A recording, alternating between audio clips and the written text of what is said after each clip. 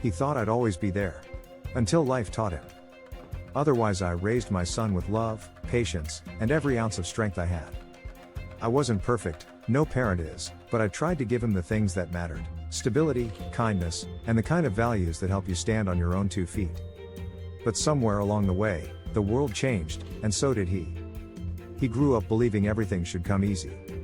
That success was instant. That comfort was a right, not a privilege. And that I, his parent, would always be there to cushion every fall. He lived under my roof rent-free. Used my car. Ate my food.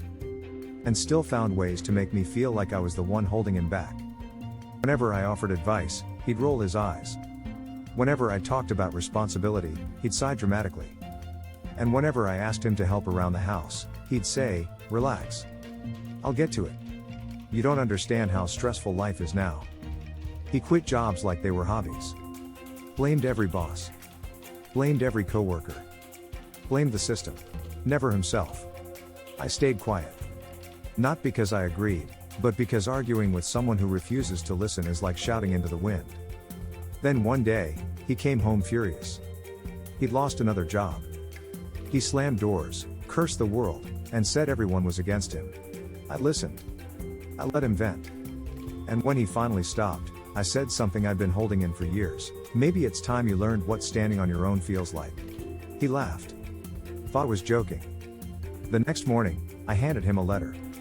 A 30-day notice. Not from a landlord, from me. He stared at it, stunned. "You're kicking me out?" he asked. "No," I said calmly. "I'm giving you the chance to grow." He exploded. Said I was heartless. Said I didn't care. Said I was abandoning him. But love isn't always soft. Sometimes it's a boundary. He packed his things and left, angry, offended, and convinced I'd made the biggest mistake of my life. The house felt different after he was gone. Quieter.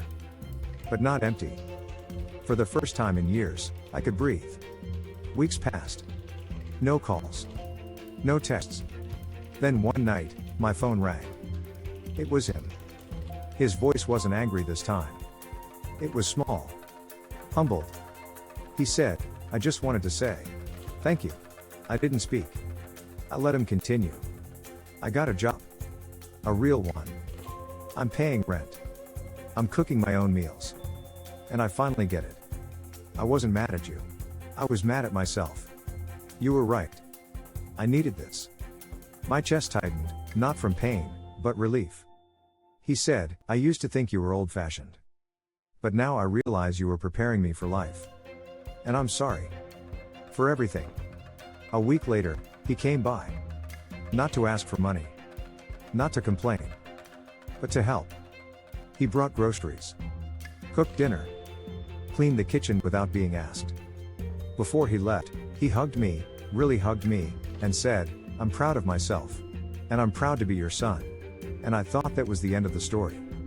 But the real moment, the one that made everything worth it, came a month later. He invited me over. To his place. A small apartment, nothing fancy, but spotless. He'd cooked dinner. Set the table. Even lit a candle. He said, "I wanted to show you I can do this. I wanted you to see who I'm becoming." We ate. We talked. We laughed in a way we hadn't in years. And when I got up to leave, he walked me to the door and said, "You didn't lose me when you pushed me out. You helped me find myself." And I'll never forget that. I drove home with tears in my eyes, the good kind. The kind that come when life finally gives you the moment you've been praying for. He didn't just grow up. He grew grateful. He grew responsible. He grew into the man I always knew he could be. And all it took was letting him stand on his own. If you like videos like this, please like and subscribe for more weekly videos.